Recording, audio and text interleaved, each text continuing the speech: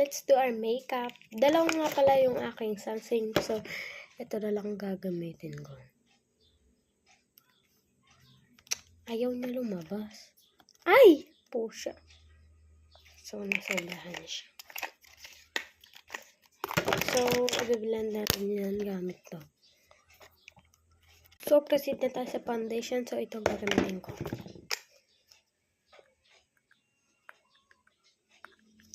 Mamaya ko nga pala ipapost yung aking makeup, yung challenge na, 10 minutes, 10 second challenge.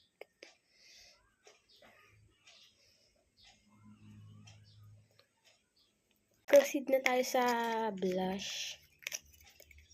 This is my favorite blush from SDMY. O, diba? Kabog na kabog. So, proceed na tayo sa kilay. Proceed na tayo sa kilay, ha?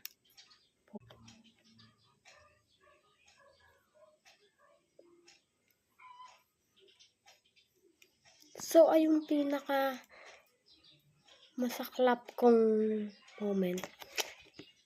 Yung kilay ko, inahit ko. Aray mo ba? Okay na ba itong kilay ko?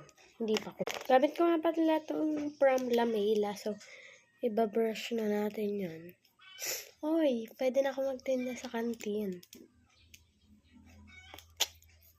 May lang. Proceed na nga pala tayo sa powder. So, ito lang meron ako. So, meron ako kaso nasa bahay. At wala ako sa bahay namin. Ay ko be. Hinihintay lang kasi akong parcel ko. Ay, siya nga.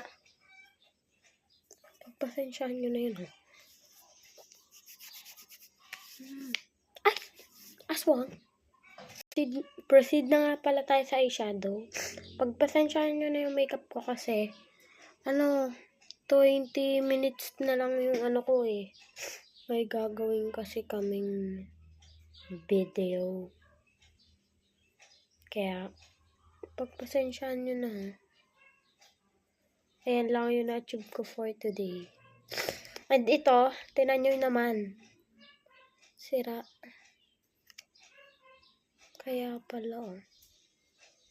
pala lumiit yung mata ko. So, tatlo nga pala ito, kaya itong. So, apply na lang natin. Tindera nga pala sa kantin yung roll natin, kaya ganan yung makeup natin. So, comment for the next challenge. Bye-bye! Follow!